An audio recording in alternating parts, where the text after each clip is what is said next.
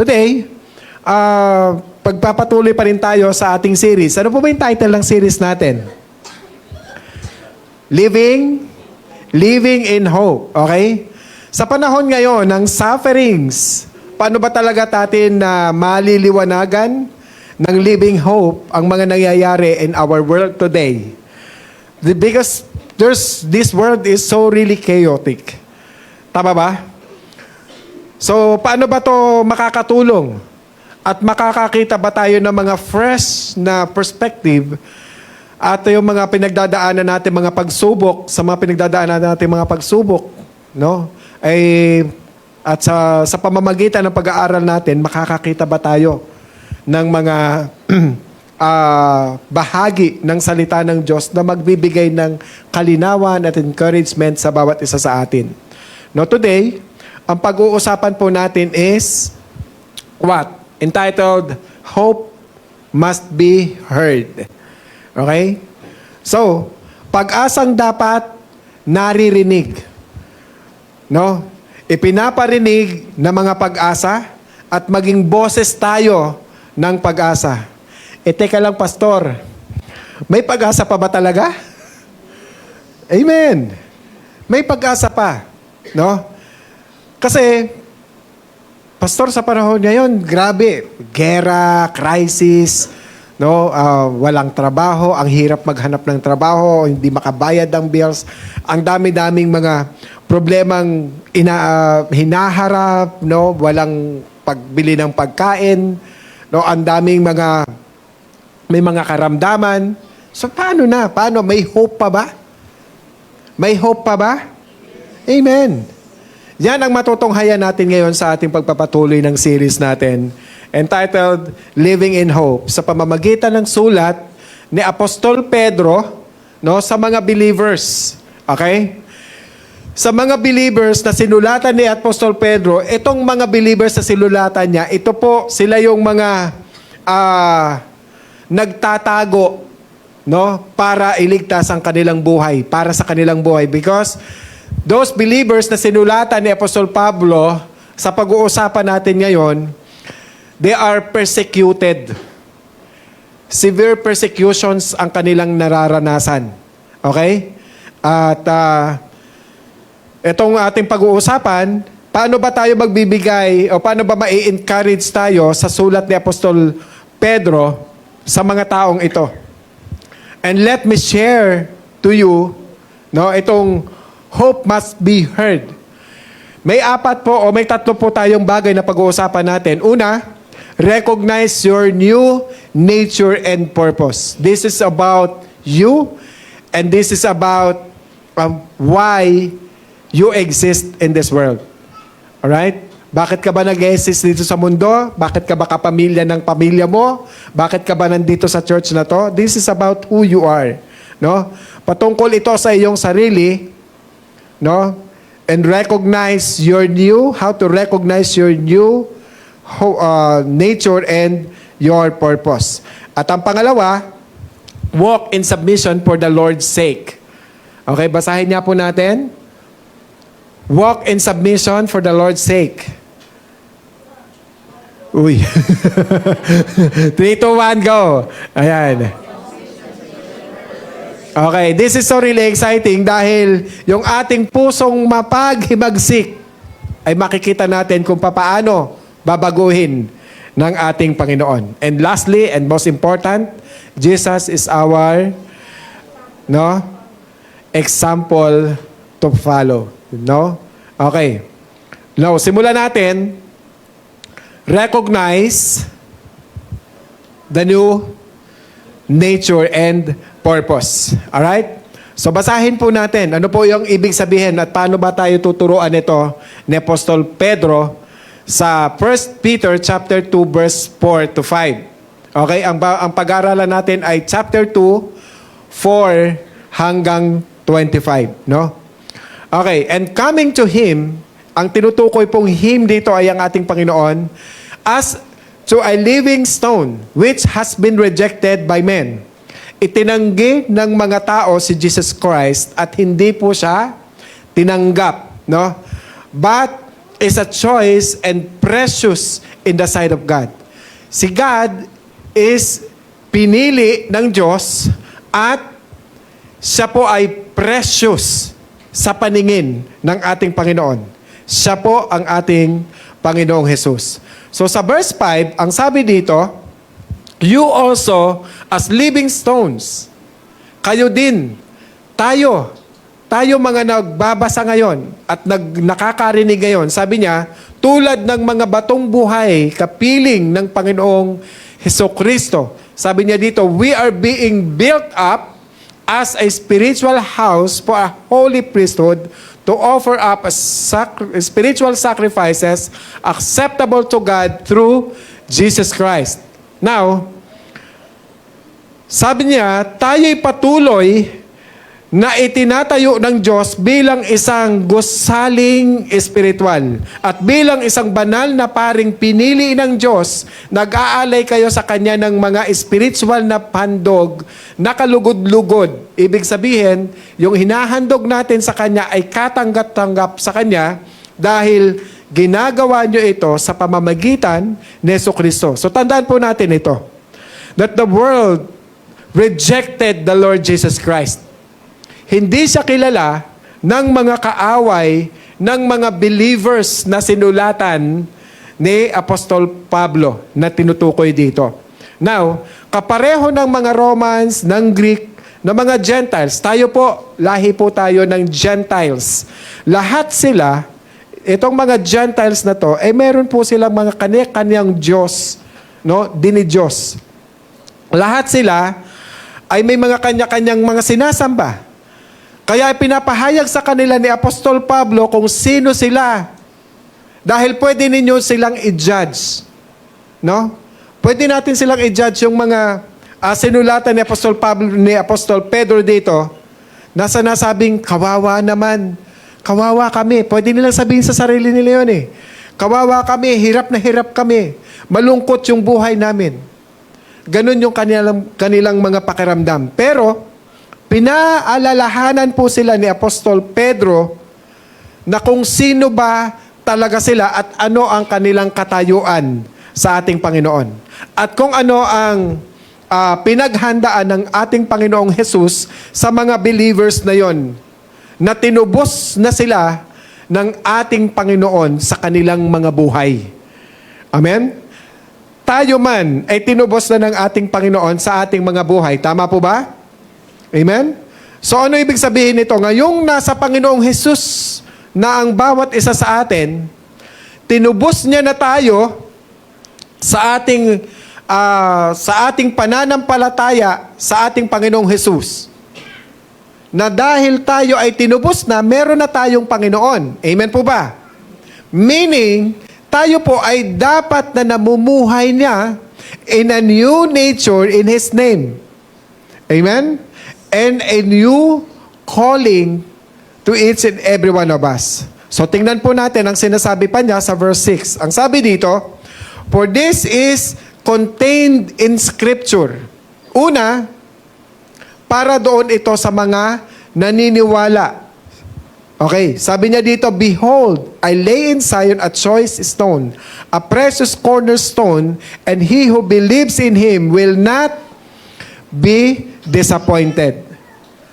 So, ang pangakong ito daw ay para lang kanino? Para lang sa verse 7. Ayan. Para lang sa mga naniniwala. For those, sabi niya, for you who believe. But for those who disbelieve, ang sabi, eto, the precious value then is for you who believe. So ang pangako ay para lang sa mga naniniwala sa ating Panginoong Jesucristo. Ano ba yung pangakong iyon ng ating Panginoon? Na kung tayo daw ay nagtitiwala, na kung tayo daw ay nananampalataya at ibibigay natin ang ating buhay, ang ating kinabukasan sa ating Panginoong Jesucristo, magiging matibay po tayo. Amen. Okay? Now, wala na dapat po tayong masyadong magiging problema. Okay? Dahil alam nating sigurado tayo sa kinabukasan natin na sa kabila noon, ito ang sinasabi doon sa mga unbelievers. Sabi niya, but for those who disbelieve, kabaligtaran, the stone which the builders rejected, this become the very cornerstone. And in verse 8, a stone of stumbling and a rock of offense. For they stumble because they are disobedient to the word. And to this doom they were also, what? Appointed. So anong meaning niyan? Yun daw mga walang relasyon sa Diyos sa pamamagitan ng pananampalataya sa Panginoong Hesus ay talagang walang kahit anong pag-asa. Yung mga walang relasyon sa Diyos, matitisod at matitisod sila dahil hindi nila nauunawaan ang pangako at ang mga benepisyo na meron tayo dahil sa mga sakripisyo ng ating Panginoong Hesukristo. He is our cornerstone. Amen?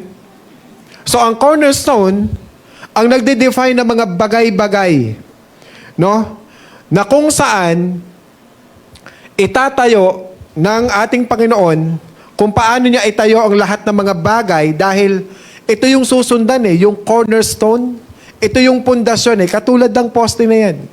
Subukan mong tanggalan ng poste itong building na to. Magkukulaps lahat yan.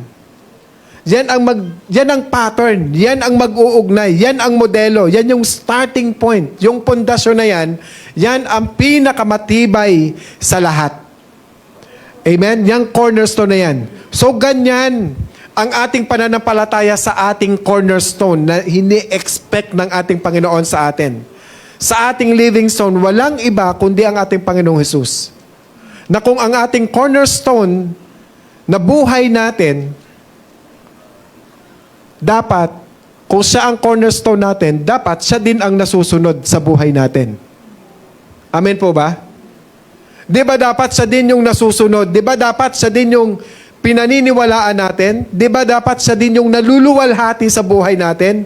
At yan yung ipinapaalala ni Apostol Pedro sa kanyang mga sinulatan ng mga believers.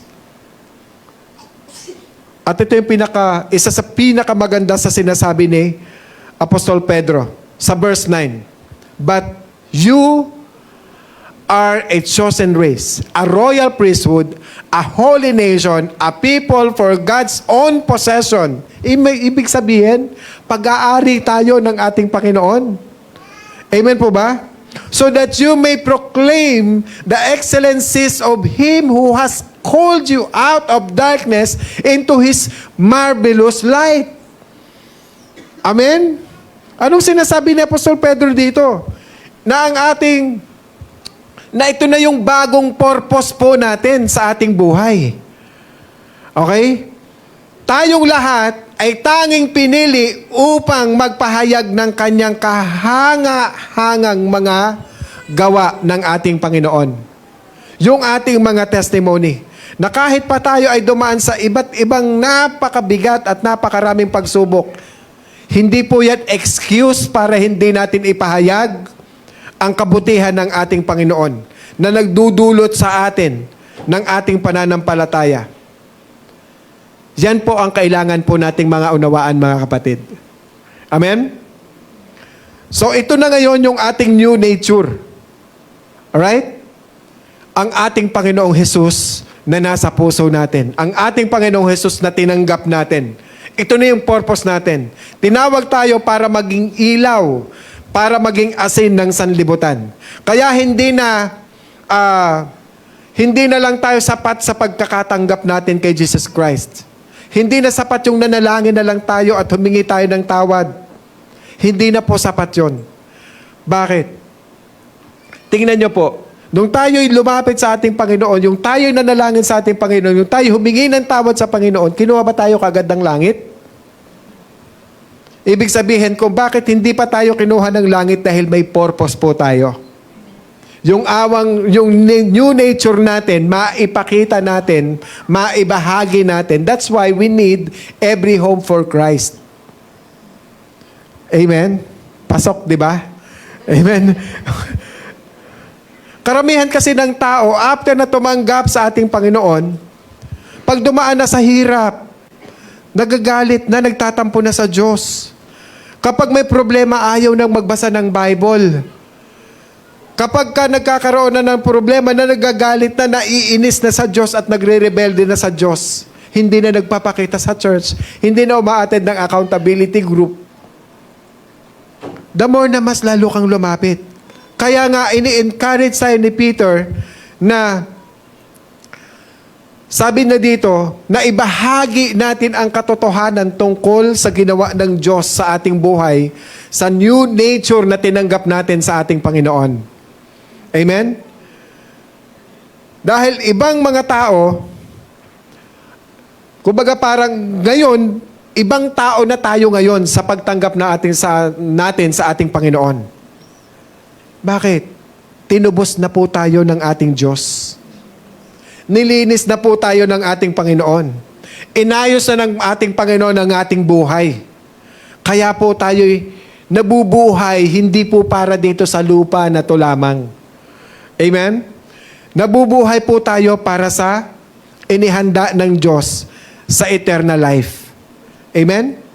Ang sabi niya dito sa verse 10, "For you once were not people, but now you are the people of God. You had not received mercy, but now you have received mercy." Amen? So yan ang sinasabi ni Peter sa kanila.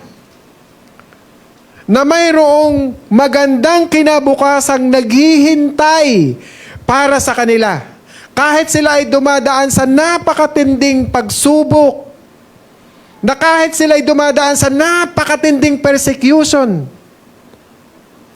eternal life, ang perspective na ang tawag dito. Kingdom mindset ang tawag dito.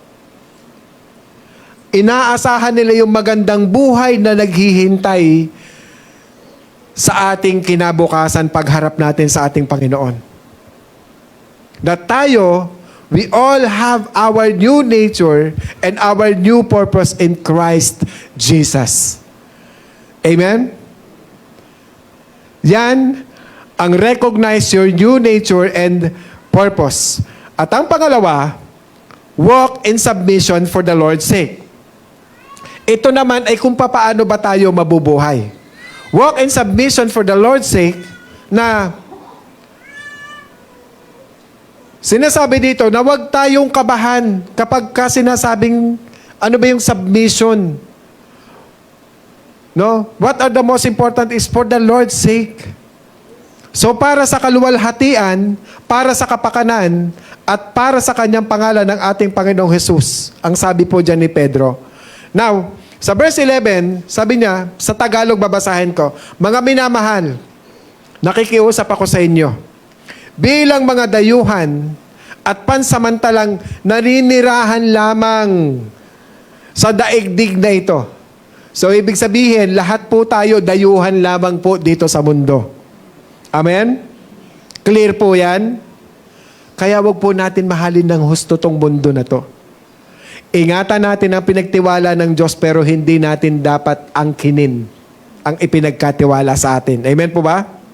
So talikuran na ninyo ang mga masasamang hilig ng katawan na naghihimagsik laban sa inyong kaluluwa o laban sa inyong sarili. Ano ba yung ibig sabihin niya? Totoong may kalaban po ang bawat isa sa atin sa bawat araw. May digmaan po tayong hinaharap araw-araw. Hindi porket nagdadasal po tayo, lumapit ka na, tumawag ka na, ay ligtas ka na sa problema at wala ka ng mararanasang problema. Hindi po totoo yan. Wala pong libre sa problema. At hindi po tayo makakalibre kahit kailan sa problema for as long as nakaapak ang ating mga paa sa lupa. Hindi po mangyayari yon dahil nasa mundo pa ang bawat isa sa atin. Marami po tayong pagsubok Iba't ibang pagsubok, iba't ibang area ng buhay po natin yan. Amen po ba? Pero, bakit kailangan nating talikuran ang pagnanasa ng laman? Dahil po tayo ay alien lamang dito sa mundo. Imagine mo, yung alien na yan, doon pa pala yan. No? Ibig sabihin, pansamantala lamang po ang buhay natin sa mundo. So, ang context ng utos na submission sa next verse ay nanggagaling sa kung sino tayo at sino ang bawat isa sa atin. At kung kanino tayo. Tayo ba ay sa Panginoon? Tayo ba ay sa Panginoon? So, ang totoong authority natin ay ang ating Panginoon lamang. Amen po ba? Kaya, kung susundin natin ang sarili natin, eto, sabi ni Pedro dito sa verse 12, keep your behavior excellent among the Gentiles. Now, by the way, ano ba yung mga dala-dalahin na pinamahal natin dito sa mundo? Ibig sabihin, yung gusto ng katawan natin, pero ayaw ng Diyos para sa atin na gawin natin. Magbisyo. Pornography. Mga hahalay na mga bagay. Mga pagsamba sa Diyos-Diyosan. Magbigay ng oras na mas marami kaysa sa Kanya. Amen? Masturbation sa mga lalaki. Okay? Yan yung mga ayaw ng Diyos na gagawin natin bilang mga tumanggap sa ating Panginoon. Amen? And sa verse 12 sabi niya, keep your behavior excellent among the Gentiles. Etong ini-encourage sila dito. You can just imagine. Sinasabi ni Pedro dito na sa lahat ng oras, ipakita nyo sa mga hintil na hindi pa kumikilala sa Diyos ang excellent ninyong pamumuhay. Makinig po kayo mga kapatid. Sabi niya dito, so that in the thing in which they slander you as evildoers. Tandaan niyo po ito Ang mga Kristiyanong ito ay pinagbibintangan, pine-persecute. So ang karamihan sa kanila, sinisisi ang mga believers na to, etong mga Kristiyano na to, sinisisi, pine-persecute ng mga Gentiles na to. Ito, kahit na pinaparatangan nila kayo, ang sabi ni Apostol Pablo, ng kahit na masasama ang paratang sa inyo, so that in the thing in which they slander you as evildoers, yan ang sinasabi ni Peter sa kanila. Kahit sirain pa nila ang puri ninyo, kahit wasakin pa nila ang pagkatao ninyo, sinasabi ni Peter. Sabi niya, they may because of your good deeds. Ang sabi, dahil sa kayo ay mabuti, as they observe them, glorify God in the day of visitation. So kung ganun pala, kung meron pala tayong kaaway, kung meron pala tayong hindi kasundo, kahit na nanggigigil ka na, nanginginig ka na sa galit, magkukulaps ka na sa inis sa Kanya, pagpakitaan mo pa lang ng mabuti. Dahil ang gusto ni Pastor Pedro, mawin mo sila. Amen? Alam nyo na ang kakagagawin nyo sa kapitbahay nyo hindi nyo kasundo. Iset mo ng every home for Christ. Huwag kang mag-alala kami magdadala ng food. Okay? Ang sabi dito, anong sinasabi niya dito? Na kung mamumuhay tayo ng maayos sa harap ng mga taong hindi kumikilala sa Panginoon. Alright? Kahit na pinaparatangan pa nila tayo ng masama, kahit na nakikita nilang mabubuting gawa, pa rin natin ang ating isinusukli sa bawat isa sa kanila. Grabe itong encouragement na to ni Apostol Pedro. Which is, they are all Gentiles, remember? Amen? Ang sinasabi niya dito, isang araw, sila rin ang magpupuri din sa ating Panginoon. Amen? Kaya ba natin yon? Ganyan lang kayo, ha? Okay? Sasabihin nila na totoo ang Diyos ng mga taong nandito sa Word for the World Christian Church. Amen?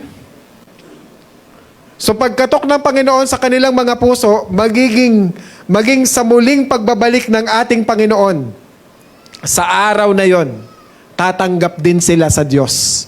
Katulad ng pagtanggap natin sa ating Panginoon. Patulad ng pagtanggap sa atin ng ating Panginoong Jesus. Okay? Kaya naman, tingnan po natin sa verse 13. Sabi niya dito, submit yourselves for the Lord's sake to every human institution. Teka, mahirap itong gawin.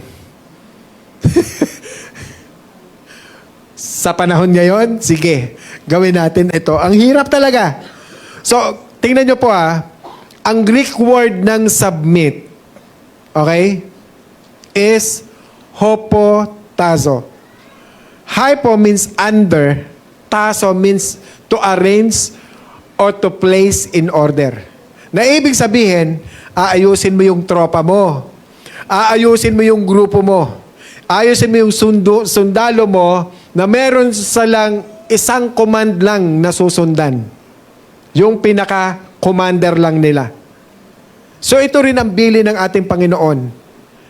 Na tayo ay magtitiwala in every human institution at magsasubmit tayo sa kanilang kapangyarihan. Bakit po? Tingnan natin sa verse 13, sabi niya dito, whether to a king as the one in authority, and verse 14, to governors as sent by him for the punishment of evildoers, and the praise to those who do right. Sa madaling paliwanag po at sa magandang paliwanag, sa totoo lang, mga kapatid, hindi po lahat ng nakaupo ay matino. Kaya po ang hirap mag-submit. Tama po ba? Tell you honestly. Pero ito pala yung purpose nito eh. Ito yung purpose. For the punishment of evildoers, ang sabi, maparusahan ang mga taong gumagawa ng mga hindi tama at yung mga lumalabag sa batas ng Diyos, maging sa batas ng tao, at makita ang gantimpala sa mga gumagawa ng tama. At makita ang ginagawa ng mga tama ang ginagawa para sila ay reward. Amen? Kaya dapat po nating tanggapin ito ng bukal sa ating kalooban. It's hard, no? Na kung aalalahanin lang po nating lahat ang ating new nature, kakayanin po nating mag-submit. Amen? Kakayanin po nating tingnan ang mga politiko, natitingnan natin sila hindi bilang kaaway, kundi titingnan natin sila bilang mga taong nangangailangan ng pag-asa mula sa ating Panginoong Diyos.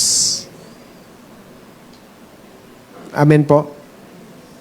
Na minsan, makakapagsalita ka talaga at makakapag-isip ka talaga ng hindi maganda. Nanggigigil din ba kayo? Kaya ipanalangin po natin sila. Nakahabagan ng Diyos. At tayo naman, no?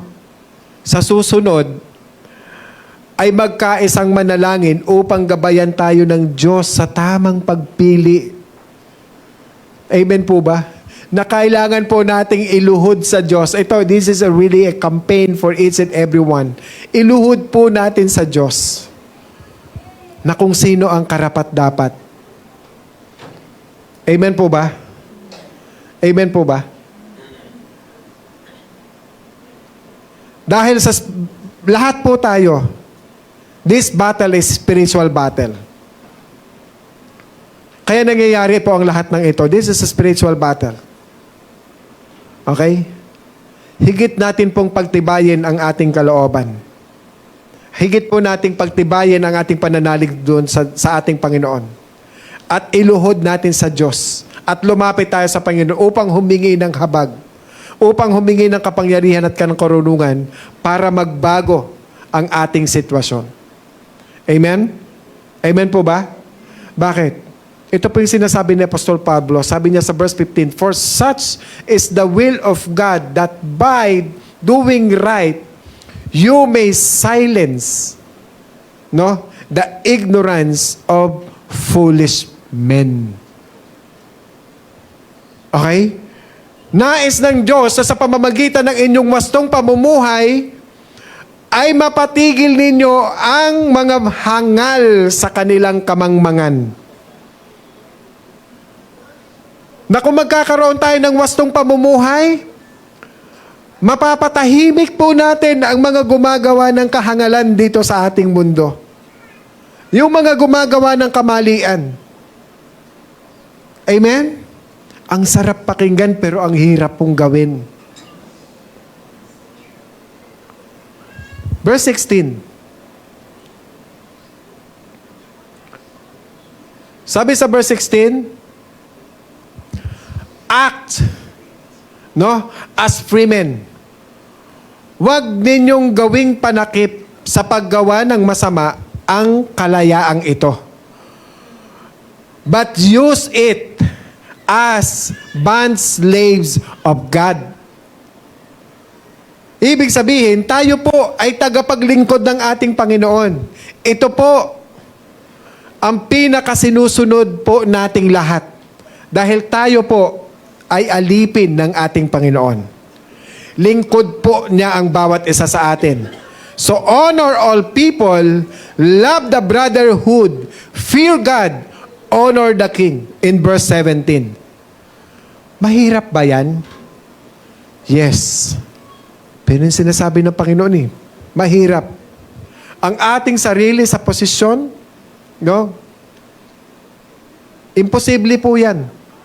But what are the most important thing here is yung magkaroon tayo ng desire na sunod sa ating Panginoon. Sa pinapagawa ng ating Panginoon. Na kahit gaano kahirap, magpasakop tayo. Dahil sa Panginoon, kaya natin lahat ng ito. Amen?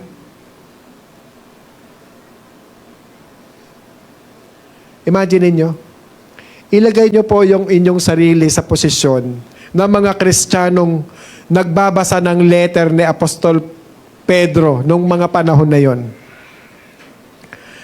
Kasi grabe yung panggigipit sa kanila grabe yung panggigiit sa kanila.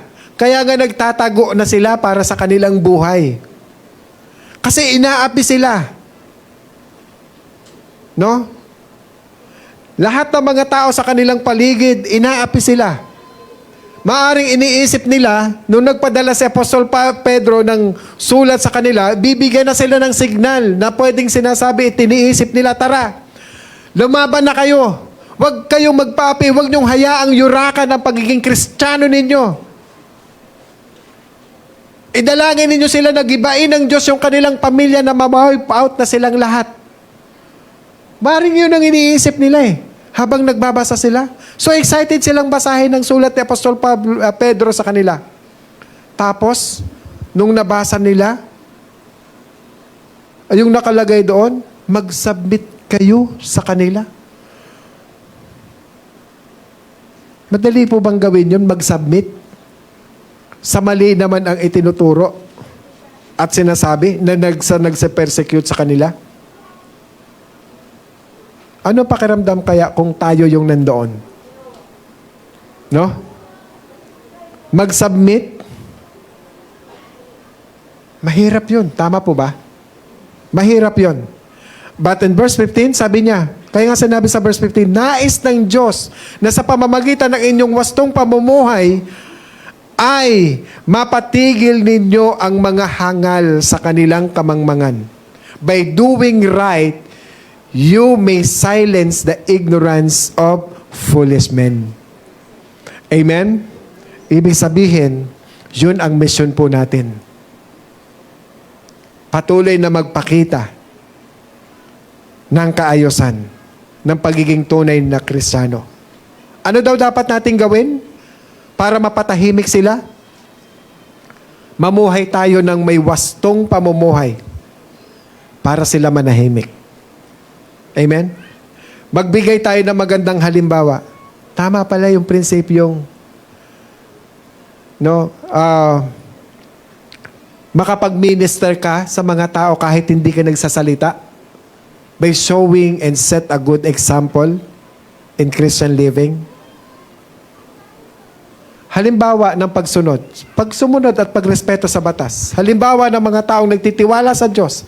Halimbawa ng mga taong payapa at matatag. Hindi dahil okay ang sitwasyon, kundi dahil may kapanatagan dahil sa ating Panginoong Hesus, yung ating buhay. Kahit na napakarami pa na magsubok na ating dinaranas, may kapanatagan po tayo dahil may Jesus na nasa puso natin, na nananatili sa buhay natin. Amen? Wala pong sino man ang titibag sa authority ng ating Panginoon. Amen? Yan ang Diyos natin. Na kung sino man ang tumawag, sinabi niya, sa Ama sa pangalan ni Jesus, ay kanyang didinggin ayon sa kanyang kalooban, ay susundin at ibibigay niya ang kanyang kahilingan. So yan ang pag-asang meron tayo mula sa ating Panginoon. Amen po ba? Pwede palakpakan natin ang ating Panginoon? Hindi po ito laban sa kung sino ang masusunod. Laban ito ng kung sino ang talagang nasa Diyos. Laban ito na kung ano ba talaga ang pangako ng Diyos na kanyang pinanghahawakan. Na naiintindihan natin. We are not just fighting for what is right. You are living for a mission. Amen? Nabubuhay po tayo dahil tayo po ay mission. May mission. Kaya hope must be heard. Ating ipahayag, ating iparinig, at ating isigaw ang pag-asang galing sa ating Panginoon. Dahil tayo ay may misyon, at habang buhay, nadadalahin po natin ang misyon na yan sa ating buhay. Amen? Na kung ikaw ay first time na nakakarinig ng mensahe ngayon, ano bang mission ko, Pastor? Later, mauunawaan mo lahat ng to. May ipapaunawa sa iyo ng ating Panginoon. Ano ba yung ipinapagawa sa atin ng Panginoon para sa ating lahat? Lahat tayo ay tumatawag sa ating Panginoong Jesucristo bilang Diyos at tagapagligtas natin siya. Amen? So, tuloy po natin. Verse 18. Servants. Ayan. Sabi dito, servants, be submissive to your masters with all respect. So paggalang po ang ibinibigay sa kanila through submission. Not only to those who are good and gentle, but also to those who are unreasonable. Grabe, no? So what is unreasonable? Ito yung mga, sa Tagalog, ito yung kahit na may baluktot, yung katwiran, kahit na ito'y makasalanan, kahit na ito'y masamang tao, kahit na ito'y unfair, maging mabuti pa rin daw ang ipakita natin sa kanila. Ang hirap naman gawin ito pinapagawa ni Apostol Pedro. Amen po? Pero ito yung encouragement niya eh. Kahit ni sila persecuted na Christians, ito yung binabasa nung kanyang mga sinulatan. Sabi niya, huwag kayong gagawa ng kahit konting masama. Bakit? Bakit daw? Dahil magkakaroon sila ng dahilan para sila ay parusahan. Amen? So sa verse 19, for this finds favor if, for the sake of conscience toward God, a person bears up under sorrows when suffering unjustly. So ito na ngayon, ang kabaliktaran. Ang sabi sa verse 20, for what credit is there if, when you sin, so tayo daw ay nagkasala at nagkamali na, that, sabi niya dito, and are harshly treated, at tayo ay trinato o minaltrato dahil sa ating pagkakamali, parurusahan tayo. Tapos, you endure it with patience. Anong credit meron doon?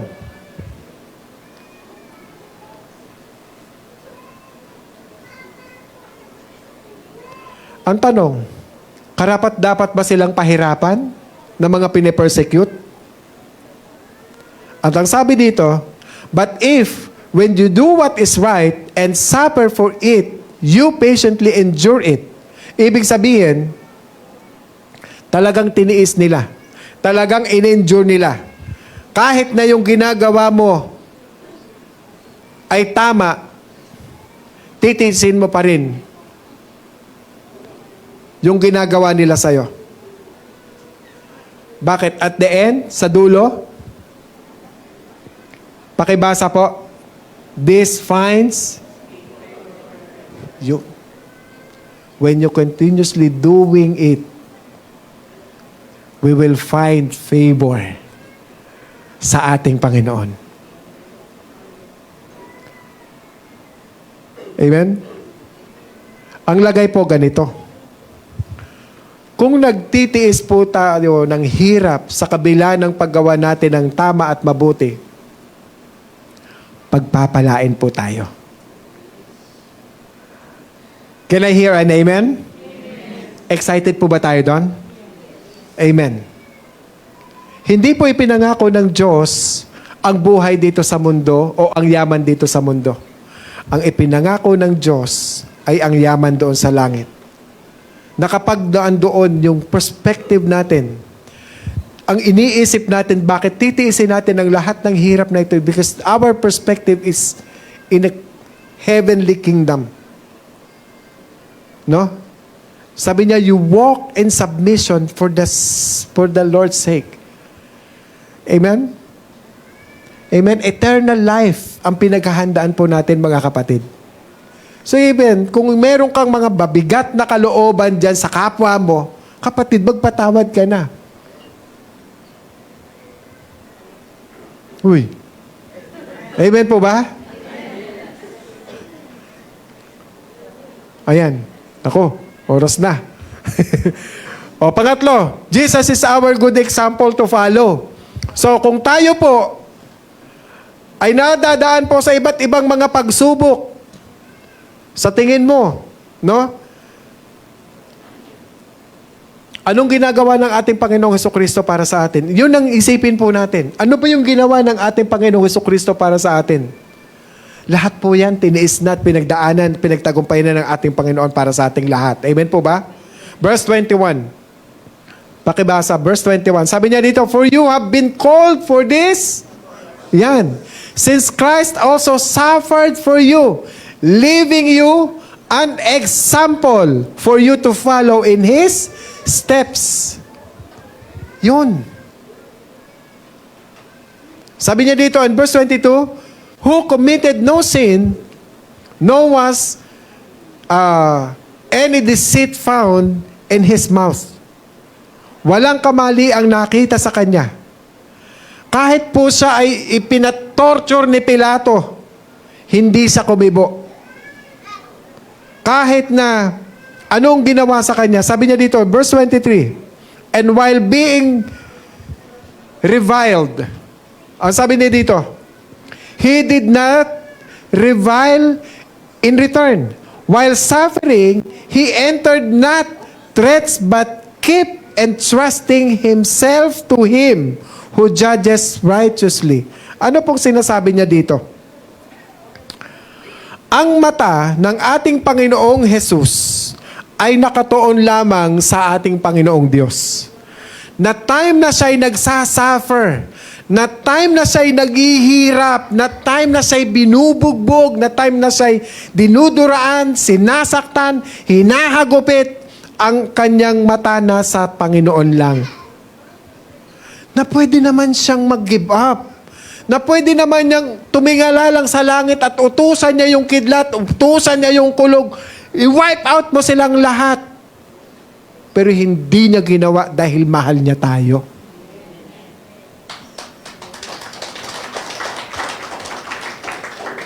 Isang napakagandang encouragement po para sa ating lahat ng ating Panginoon. Na kapatid, yung sakripisyo na yon, kung yan ang magpapagaang sa loob mo, bitawan mo na para gumaling ka ng tuluyan. Para lumaya ka ng tuluyan. Amen po ba? Yung napakatinding hirap na kung titingin tayo sa hirap na dinadanas ng ating Panginoong Hesus, wala pa sa kalingkingan at pinagdadaanan natin ngayon. Amen po ba? Verse 24. Sabi niya dito, and He Himself bore our sins in His body on the cross. Na habang siya po ay nakabitin sa cross, bit-bit niya ang kasalanan ng sanlibutan. Bit-bit niya ang kasalanan natin. Bit-bit niya lahat ng kamalian po natin.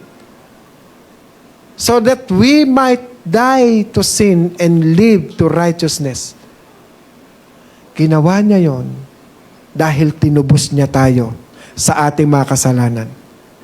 Dahil marumi tayong lahat. At wala kahit isa sa atin na malinis. Pero inalay ng Diyos ang kanyang sarili sa kabila ng karumihan po natin. Kaya sabi niya dito, sa bandang dulo, ng verse 24, sabi niya, for by His wounds you were healed. Mga kapatid, ang tinutukoy po dito, spiritual healing. Ang context po nito ni Pedro, ng pagtubos ni Jesus sa ating mga kasalanan, na dapat natin pong pagbayaran yon. Pero, ang Diyos ang nagbayad. This is a spiritual healing for each and every one of us. Para po, siya yung namatay para sa krus, para sa ating lahat, para ma-resolve ang problema natin na yon. Amen po. And in verse 25 says, you were continually straying like sheep, but now you have returned to the shepherd and guardian of your souls. Kayo, sabi niya dito, ay katulad ng tupang naliligaw noon. Ngunit ngayon kayo'y nanumbalik na upang sumunod sa pastol na tagapangalaga ng inyong kaluluwa, ng inyong katawan. Amen po ba? Amen. Mga kapatid, tayo ay tupa na ng ating Panginoon. Siya na ang ating pastol, na siya na yung ating sinusundan. Ng ating Panginoong Hesukristo, ang ating halimbawang susundan at patuloy na susundin.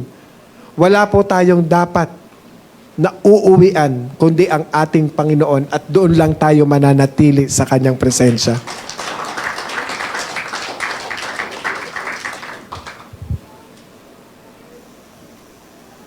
Sa kanyang mga paghihirap, hindi po siya pumalag eh. Hindi po siya nagreklamo, siya hindi umimik. Bakit? Meron pong napakalaking dahilan. Para tiisin niya po ang lahat ng bagay na yon. Anong dahilan? Para tayo po ay iligtas. Para tayo ay hugasan. Para tayo ay malinisan ng ating Panginoong Hesus. Para tayo ay hanguin sa buhay ng kadiliman. At para mabigyan tayo ng pag-asa. Para tayo ay patuloy na kumapit. At para tayo ay patuloy na lumingon. At ang pag-asang iyon, walang iba kundi sa ating Panginoon. Mahirap pong mabuhay. Yes, mahirap po. Kasi nasabi ng ating Panginoong Hesus, John 16:33, anong sinasabi dito? These things I have spoken to you, so that in me you may have peace.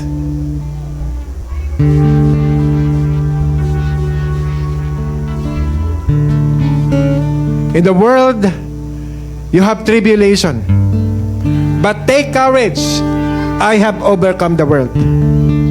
Ang reality, mga kapatid, masakit bang sabihin, dadanas tayo ng tribulation in this world.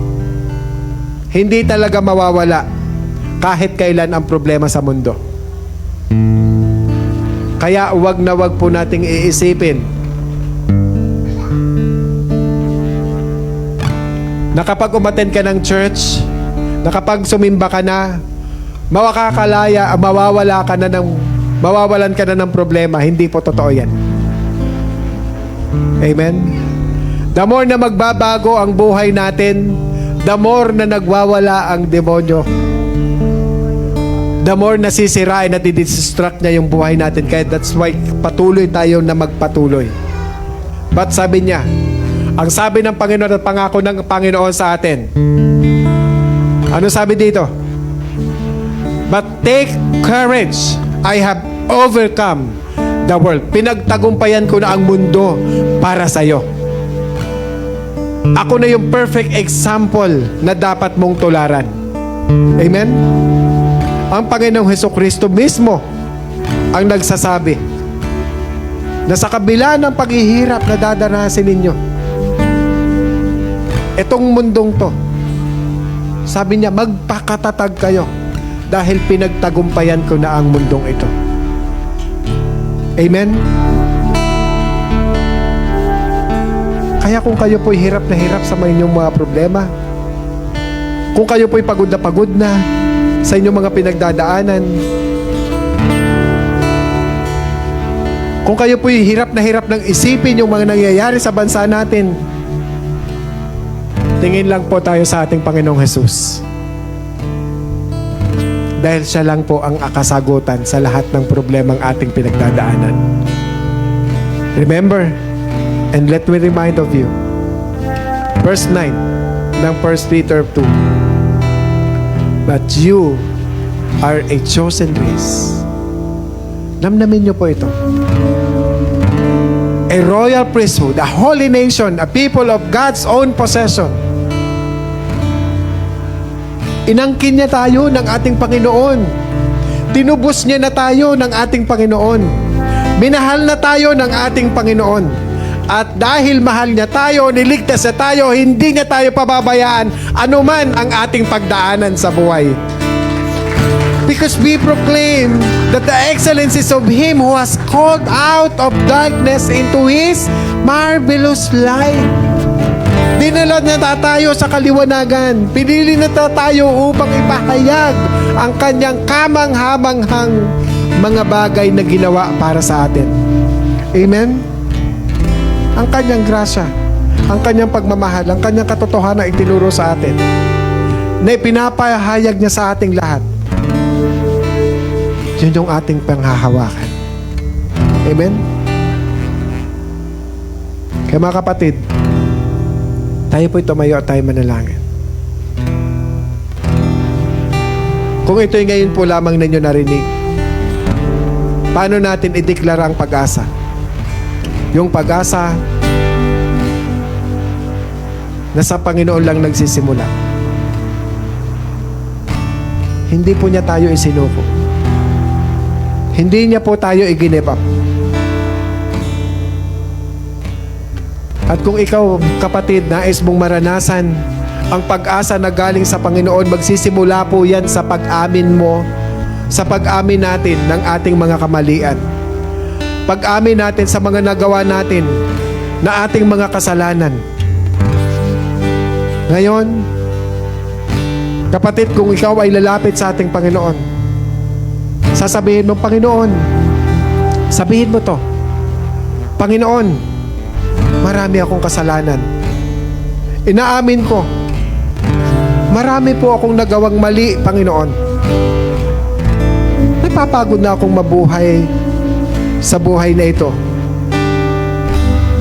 Pero Lord, kung may totoong pag-asa, lumalapit ako sa iyo, Panginoong Jesus. Naniniwala ako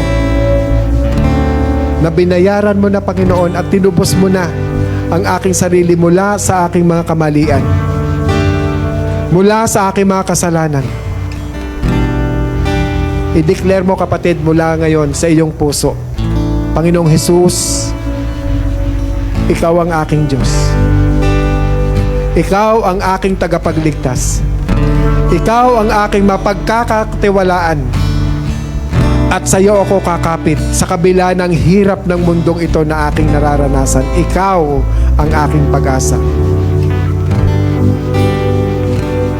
Mga kapatid, kung diniliklara mo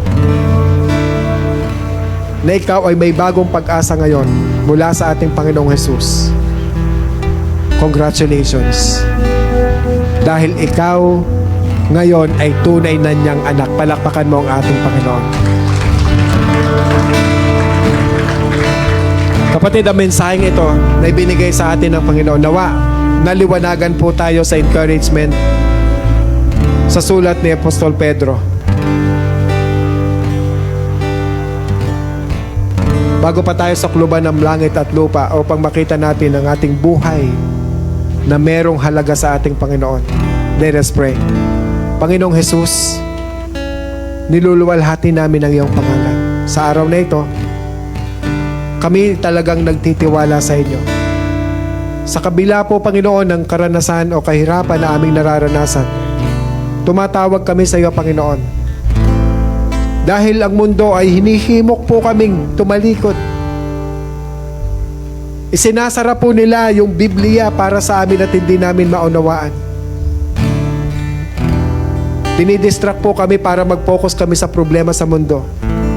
Panginoon, sa mga oras na ito, liwanagan mo po ang aming mga puso at ang aming mga isipan. Hayaan niyo po, Panginoon, na magtiwala po kami sa inyo ng lubusan.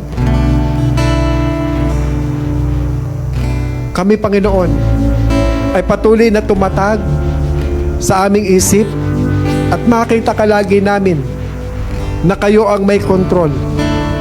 Na kayo po, O Diyos, kailanman ay hindi nagbabago. Ang inyong kapangyarihan, ang inyong pag-ibig, ang inyong pangunawa, ang inyong biyaya. Hayaan niyo po, Panginoon, ipagkatiwala po namin ang lahat sa inyo. At patuloy naming isinusuko ang aming buhay. Dahil inaamin namin, Panginoon, na tunay po na wala kaming magagawa kung kami ay hiwalay sa iyo. Mula ngayon, ipagkaloob mo po sa amin ang inyong kapangyarihan. Yung puso namin, Panginoon, ay patuloy ma-transform. Ang mind namin patuloy ma-transform. Yung life namin patuloy pong ma-transform. Nang kapangyarihan po ninyo, Panginoon, na tuwing kami mananalangin, ang presensya mo'y taglay namin. Na tuwing itataas po namin ang aming kamay para magpuri, mararamdaman namin ang iyong Holy Spirit, Lord, na kumikilos sa aming buhay. Na tuwing kami po mananalangin at ipapatong namin ang aming kamay sa kahit sino mang tao ipanalangin, Lord, ibibigay mo po yung inyong kapangyarihan upang sagutin ang kanilang mga panalangin. Idaloy ang iyong anointing. Thank you, Father God. Pagpalain mo po maging ang mga nanonood sa amin online, Pastor Art, Nanay Sylvia, at lahat ng mga nanonood, Lord. We recognize their presence, Lord God, sa pag-join nila sa aming service, Panginoon.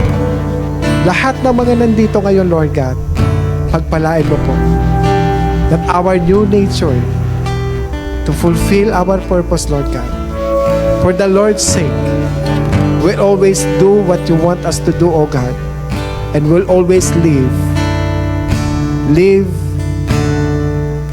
as you example, Lord God, your life for us. At patuloy kaming susunod sa iyo. At patuloy po kami makikinig sa iyo.